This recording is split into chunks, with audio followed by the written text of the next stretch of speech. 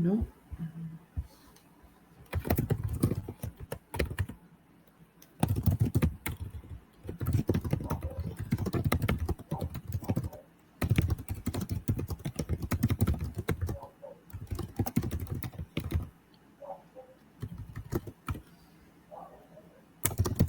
Okay, good. All right. I'm going to do my little intro. Okay, because we are recording. Good morning, everyone. This is the office hour for Oregon State University PDC Pro Fall 2025. This is Susan Cousineau. Your next lesson due is due on next Monday, July 21st, 2025. All right, we've got Karen coming back in. Vincent. Rye, can you hear me?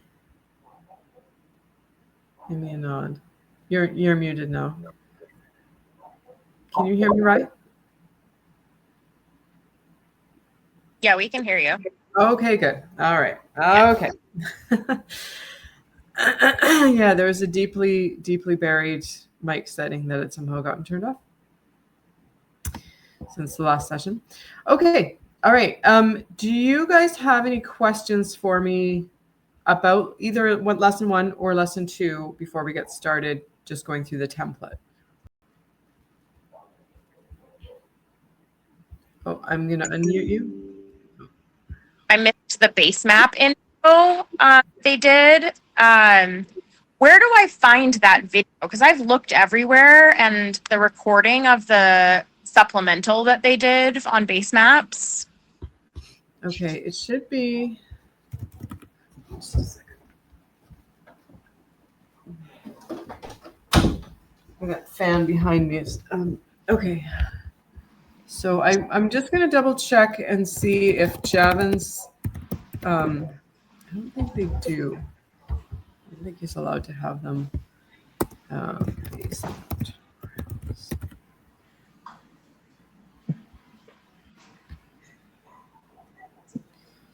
Okay. Oh, 6 years ago. That's not helpful. However, videos.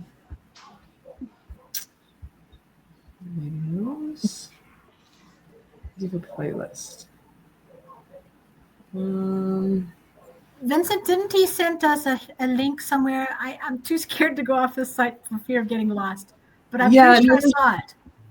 Yeah, there should be. I'm just looking on Javin's channel to see if he's got. No, he doesn't have a playlist for them. They should be sending out the replays. Let me double check if I've got anything from Andrew.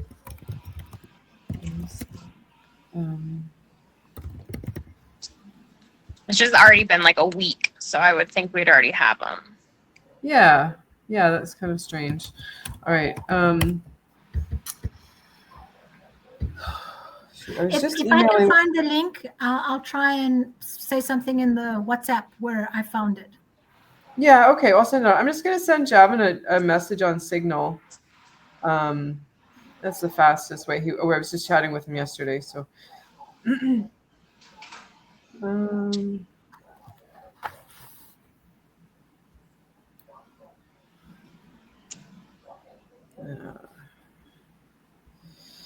Helps to have the bat phone or the banana phone. Like, hey, dude, where's the Basemap tutorial recordings?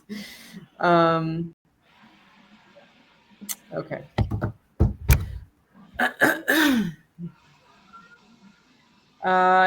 Yes, hon, I'm on a call right now.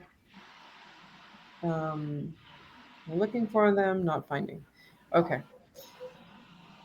When I find those, or when he gets back to me, I'll email that link out so that you guys all have them. So. Thank you. Okay. Were there any questions about lesson 1? Like you guys all did really just fine. Okay. Anything coming up with lesson 2? Oh. Okay. Now, all of you except all of you are muted. So if you're going to talk, there we go, Karen.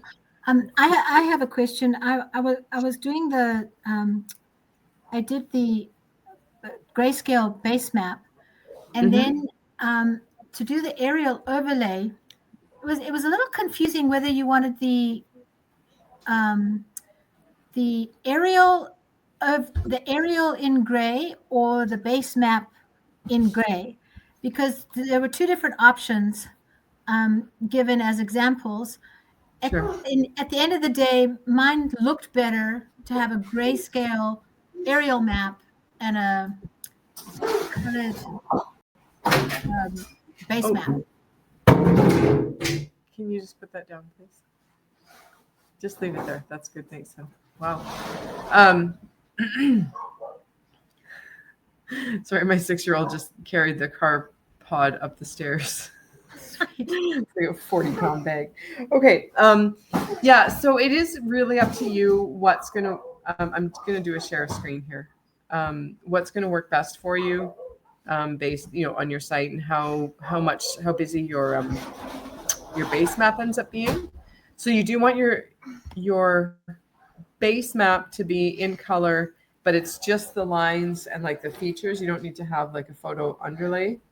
And then the base map you layer on top of the color aerial photo, and then do a grayscale of that. Okay, let's see what you've got here. It's slide 24 I'm talking about. Yeah.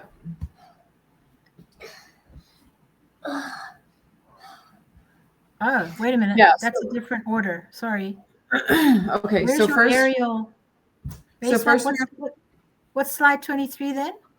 Slide 22 is just the base map. Slide 23 is the aerial. Oh, they flipped it around. Okay, slide 23 is the grayscale. So the idea with the grayscale map, despite the legend that being there being in color, is that you could print that out or photocopy it, and it would come out clear enough to work with. So that's what the goal is with the grayscale map. And then the aerial photo overlay is where you have the satellite image underneath. Okay, so and it doesn't matter whether that's what is it? What would be the purpose of that image? Oh, what have they done here? And yeah, yours is a little strange. There, 22. There we go. They just changed the title there. No, those should be two different. Shoot, and I just deleted the old version of the template that I had. It's like we've got 6 instructors going through the template, and I don't know how stuff like this gets missed. This is the one. I'm going to open this other one up. Okay, so I'm working in a different tab for a second, but before I switch it over, I just want to double check.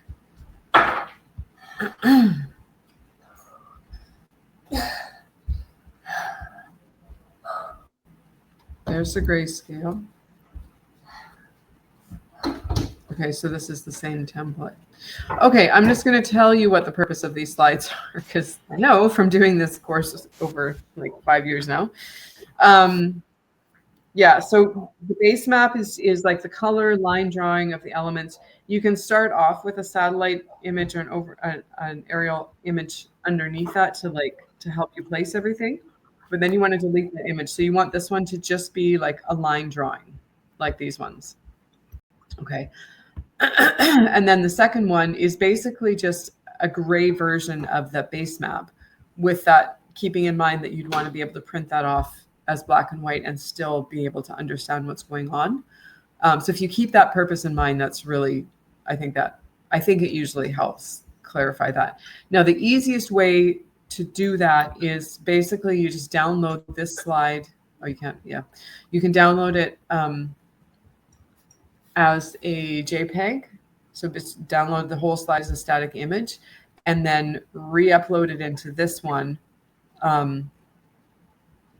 And then upload the image, and then just convert it to black and white. So because then you're just converting a static image. That's all you need to do for the grayscale map. And then for the aerial overlay, you're taking this line drawing and overlaying it onto a satellite image.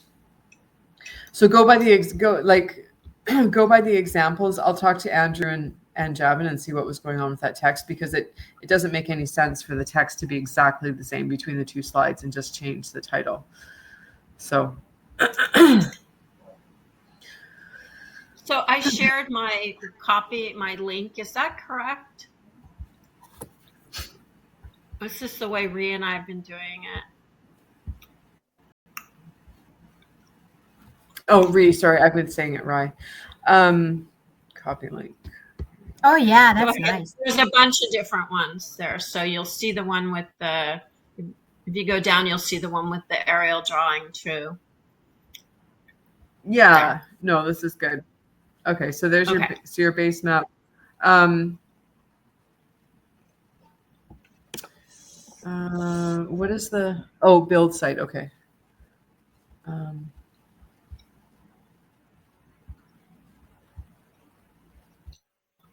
Gotcha. Okay, so your base, this is your base map where you don't have the image underneath. No, there is an image underneath that. Yeah, I would make these stand out a little bit more. Okay. Because they kind of, Because the bare ground. Because the base map, if you take the photo out, it looks more like the one up above it. I'm sorry, there is one without it. I just haven't finished it yet. The one below it. Okay. See. That I see. Okay, yeah. Not that far. Okay. So you want the last one in black and white or in grayscale? Am I correct? Yes, I'm just trying to see. Okay. So According like this. as I understood them, this picture that she's showing now is the last one. It doesn't matter what order they go in, really. I mean, the grayscale map is just going to be your base map in black and white. Now, because your north to south axis is so much longer than your east to west, this is a property that I would rotate. I did. So, yeah. Okay. Which I can see you did up here. Yeah. Yeah. Makes more sense. Okay. So are these just kind of scratch pad or what do you just trying to see? This is definitely better way. Okay. This is the true photo that I'm drawing on and then moving it. Gotcha. Okay. All right. Cool.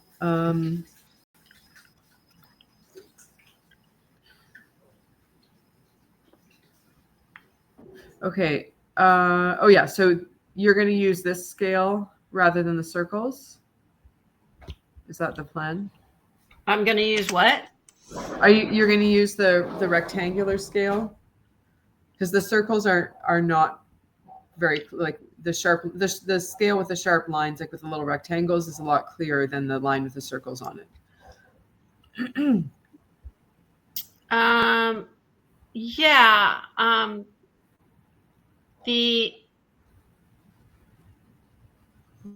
They're measured according to it. I'll have to look at it again, but I'm pretty sure that it's already at exactly what. Yeah, this one is exactly what it's supposed to be. If you look at the one that I started with, that was on the map to begin with, on the photo, then I marked it, then I measured it. It's 1 inch to 96 feet, or 1 to 960. Okay. So that's fine. My point is just with the circles, like, is it, is the point that we're measuring from the center of the circle, the edge of the circle? Oh yeah, the center of the circle. Yeah. Yeah. So I mean, that's why the vertical lines are a lot easier to. Oh, okay, great. I got you. I misunderstood what you were saying. Yeah. Okay, great. Sorry, it's okay. No, this looks good. So this would be your aerial with the base map overlay. This could be just your base map, and then I'll just take this and make it grayscale, and you're good. So okay, great. Yeah, and I'll talk to Andrew and Javin about that text. So that's really weird that the text is exactly the same between those two slides. So, okay. Any other cues? I'm gonna change this out. Okay. One related to the contour lines. Sure. The property that we're on is pretty steep, and so I Mhm. can't find a site that lets me put in the elevation inside the lines, where it'll show me like, 1,570 feet and then 1,500 whatever, because the lines are very close together. We drop Right. about 100 feet in elevation between the top and bottom. And so at the 2 foot, or even when I tried to expand it to 5 or 10, it still doesn't put the lines in, because we're also at the top of a ridge. So it always catches the top of the ridge. And then that's really it. Okay. Is that okay? If it doesn't have those, as long as I mark the elevation drops, or is there a way to force in the numbers to show, the starting elevation is here? The only way to force it in would be like to get into a graphics editor, which would be fine. As long as we know like what the high elevation and what the low elevation is, like we know it's a ridge and not like a gully. Okay. Some Thank you. extent, yeah. Just have some elevation on there somewhere. So even if it goes from like 100 to 200 really quickly, as long as I know like where's the top and where's the bottom, that's fine. Yeah, because getting data that you can work with and really play with those elevation lines and like really get it specific and what units you want and which increments is really becomes like a QGIS or like a really working with like GIS data, which we don't expect you guys to be able to do here. Like if you come in with that skill set, good, that's great. But we don't expect students to have that. So that's fine if you just put it in manually, or like a little arrow is fine. So Thank you. yep, you're welcome. Okay. So I'll just go over the template for lesson 2, which we've kind of just been doing. I think, this is March. Okay. I'm gonna go back to the main template. Okay, so Basemap. We just talked about this. This is, I always catch myself saying, well, I think it's pretty straightforward, but that's probably because I've been looking at it for years. Is it straightforward aside from like now that we've got the grayscale aerial map sorted out? Are there any questions about the base map and putting that together? No. Okay, so this is a really good one to take your time on. You can go back and tweak it over the course of as the course goes. However, the base map is one of the things that you're going to carry forward a lot. So really make sure that like you'll carry it forward in your design process. So make sure that like if you're drawing based on an aerial view, you're getting that direct aerial view. It's not like at an oblique angle. Like you want to make sure if you've got a rectangular building that you do actually have a proper rectangle and that it hasn't been skewed at all. So just really double check that those things are going to be accurate and that your scale bar is accurate, your compass rose, because this is a map that's going to carry forward and you're going to be using it in a lot of other places in the course. You'll be primarily relying on the line drawing. Some of them you may end up bringing forward your aerial photo overlay. For the most part, you might not find the grayscale one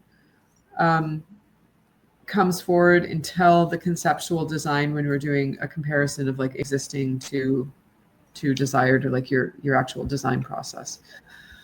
There's a lot of elements in here that you can choose from. There's different size like drip irrigation line. There's different types of like forestry aspects. There's fencing, different plants, water. So go ahead and choose from those if you want some of those icons to use. Most of those are like standardized to some extent to an industry standard. So go ahead and grab from those. You can either hide it or delete that slide altogether. I would keep it or send it down into the archive or the appendix section at the end of your project. Okay. And then the client interview, you're going to have two options. So the client may or may not be you. And if it's you, then just interview yourself as a client. You may be either just one person or multiple clients. Okay. Hi, Karen. Give Karen the word. Okay. What's up?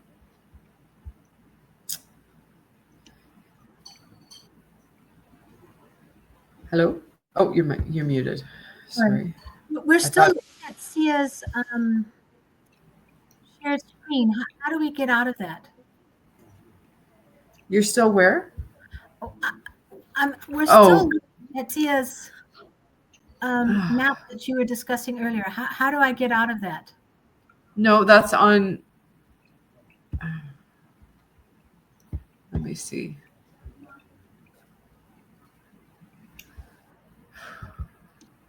I'm not quite sure how I got. No, here. Did that fix it?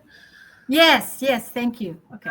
No, that was on my end. Usually there's a bar along the top of the tab that suggests it to switch over. Okay, thank you. I guess because it was shared in the film strip in the software, it didn't switch over automatically. Okay, so now we're on client interview. Do you want me to go back to the base map, or do you feel like? Oh man, where's my cursor? Okay. We're good to go. Okay, so the client interview, either a single client or multiple clients, whichever fits your purposes, whether it's you as the designer or you're designing for other people. It's basically just an interview of what their lifestyle is like, what they're looking for, what kind of resources they have available. Make some rough guesses at these, even if they really have no idea. Like, are they the kind of people that would have $50,000 a year to put into this? Or are they the kind that are going to be on a shoestring and might have like a couple thousand? Either way, it's good to know what they're working with, and then you can make decisions based on that. Similar for time, they might be able to estimate, they'll have like 15 hours a week, or, maybe they're retired and they've got a lot more time available. So you can go ahead and fill that out. Okay, and then with the site inventory, pretty straightforward. You're just detailing different systems. Try to be pretty specific. So if they've got a particular, even if you can get really specific information about like heating systems, cooling systems, then if they decide they want to be like upgrading those systems, they can look at the specifics. They can be looking at the specifics, or you can be helping them with that and knowing exactly what they've got. So rather than just like an AC system, you might even look at like what brand it is, what model, how powerful it is, that sort of thing, so that you can be looking to implement changes that are going to be more effective or cheaper. Same for water amounts. If they've got storage, if they've got existing tanks, how much are they? How old are they is really useful. Like some of those poly tanks only have a lifespan of like 10 to 15 years. So if they've got a 15-year-old tank, you're going to be wanting to plan to replace that. Do they have good potable water, irrigation? All of those things are really useful to have, even for them to like refer back to over the years. It's kind of nice to see how things have changed. And if they don't have a particular aspect, all of these are kind of necessities. Some of these are less so, like livestock. If they have no livestock and don't want any, you can either delete that line or just say not applicable. It's up to you. Depends on your space. Like, don't run this so long that it goes into the next slide. I'd rather you split this over 2 slides and have it all on the whole page rather than running down into the bottom of the page. A lot of these become ones that like people either want to add or augment with something that they've already got. So this is kind of where you get to have a little bit more fun dreaming about what's their ideal system. Legal features. Sometimes I see students put that there's no legal features, which pretty much if you're on Earth, there's going to be some sort of legal feature. So that might be your municipal code, rural zoning, if there's an easement or any kind of access agreement with neighbors. HOA certainly falls under legal features. All of those sort of aspects are good to know upfront from a legal standpoint. Okay.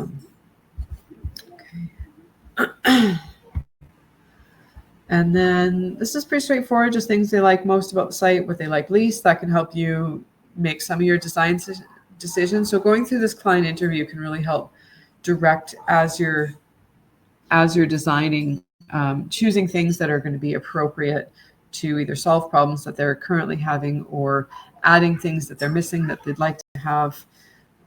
It gives you sort of a bigger picture of where they're at and what they're going to be capable of doing, what they'd like to have done, and what they're capable of doing, maybe two different things. So you can start to kind of tease out like what specifically is going to work for them on that particular property. And then lots of inspiring images. You can pull those from anywhere that you like. I really like Unsplash for stock photography, but Pinterest works really well too. Okay. Similar to this, their top concerns, and then what are your goals for the site? So you as the designer, now if you're the same as the client, that, great. You might find that you've got goals for someone's site that they don't necessarily share.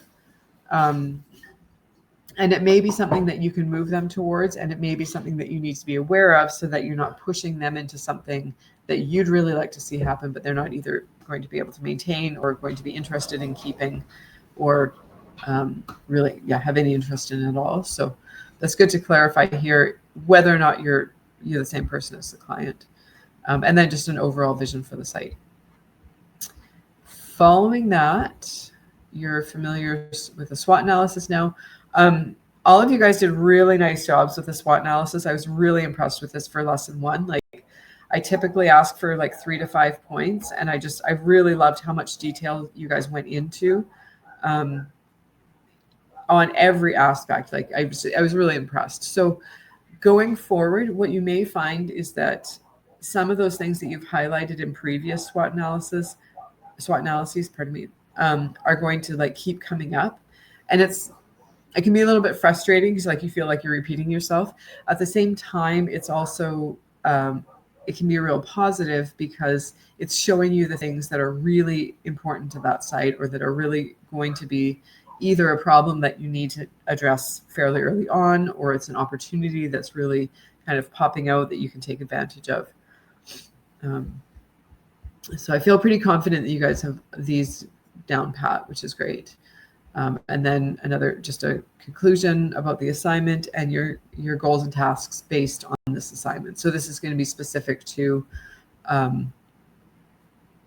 the particular aspect of the assignment. And again, some of these things may be pulled forward from previous work, and that's okay.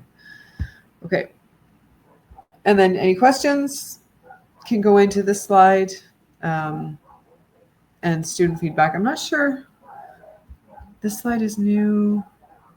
Yeah, I think they're looking for feedback on each lesson. So if you haven't done that, maybe just poke into that and see what it's like. And it is really great to get feedback individually from students. So, okay, are there any questions? I'm going to stop my share for now. Okay.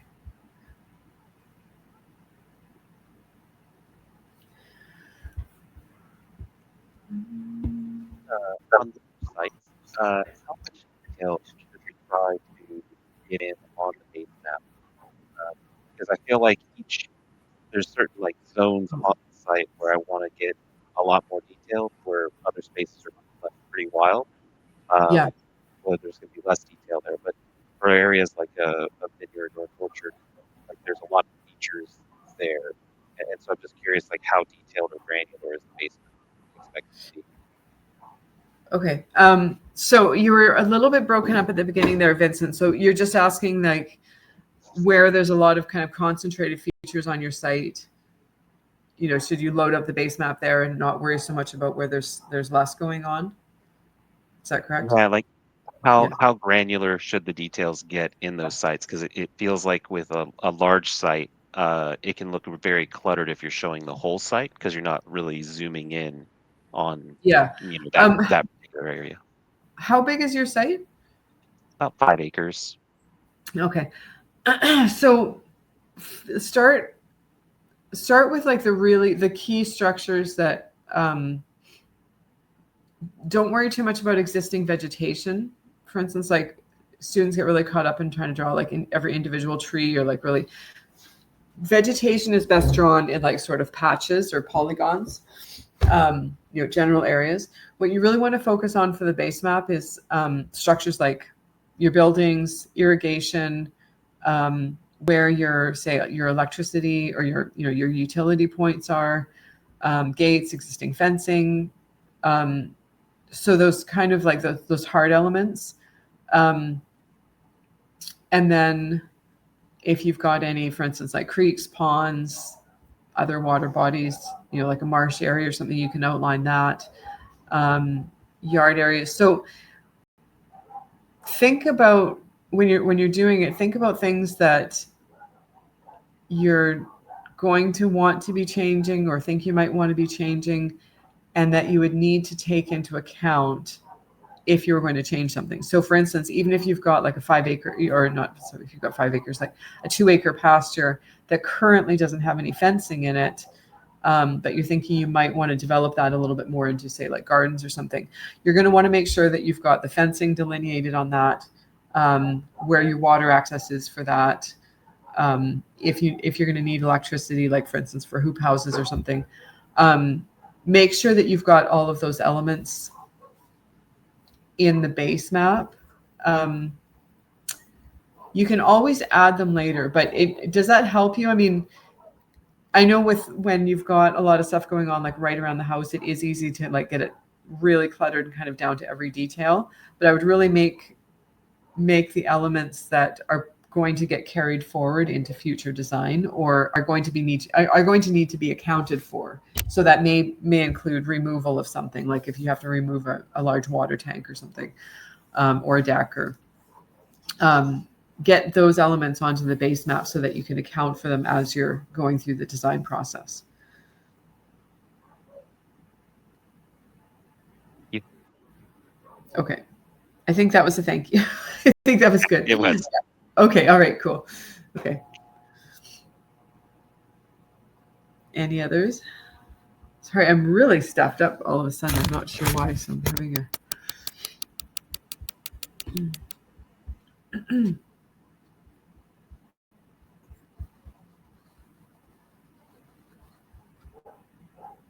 Okay.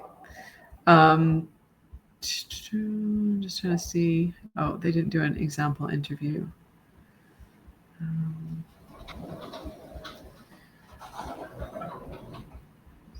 Do you guys want to look at how how previous students have done like the client interview and so on?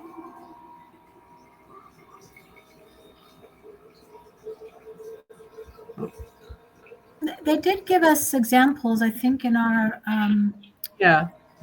It's Okay. pretty straightforward. I think so. I think it's kind of just fill in the tables and get your information there and you're good to go. So yeah, if we don't have any questions, I'm fine to stick around if you have them, or we can sign off and you guys can get to work on things. Or I just have a personal question for when we're all done. oh, sure. Other people can hear, but Yeah. I'm just wondering about, so Sia and I are working on the same project because of her arms. So is it okay that we're just posting it under her? I mean, obviously I did the replies and all that. Is that okay with you? Okay. Absolutely fine. Yeah. Because especially with a small cohort, like I know you guys are a team, so it's fine if it's coming in from both of you. That's no problem at all. Either way. Okay. Yeah. Okay. Just wondered. Okay, cool. Thanks for checking in on that. But yeah, it's totally fine with me because I know you two are working together. So Okay. that's good. Thank you.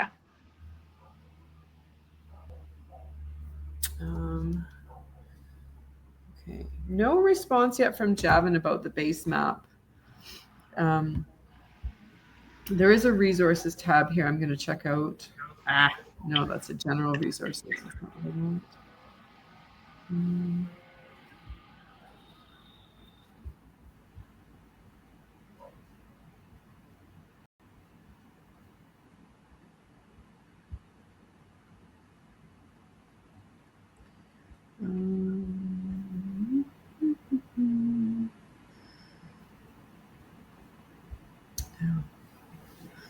Let me see.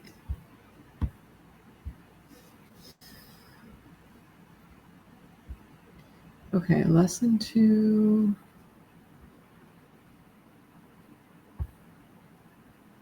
Just looking under your learning materials. Oh, supplemental content.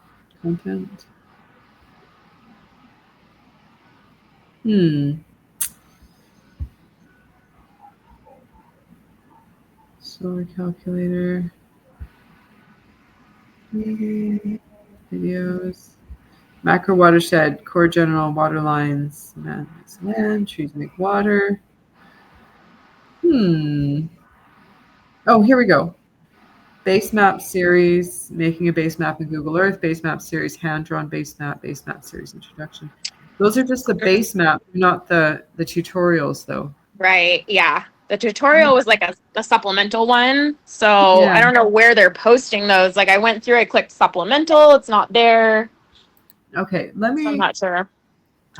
He usually emails out the schedule for those. Basemap clinics next week, Javin. I did ask him for the replay. Just texted him. Okay.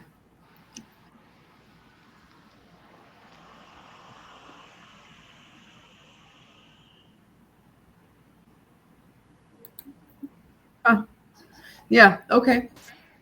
Well, I'm surprised he didn't post where replays would be available, but okay. Well, if you get an answer from him before I do, then if you email it to me or post it in the discussion, and then I'll send it out as an email to everyone.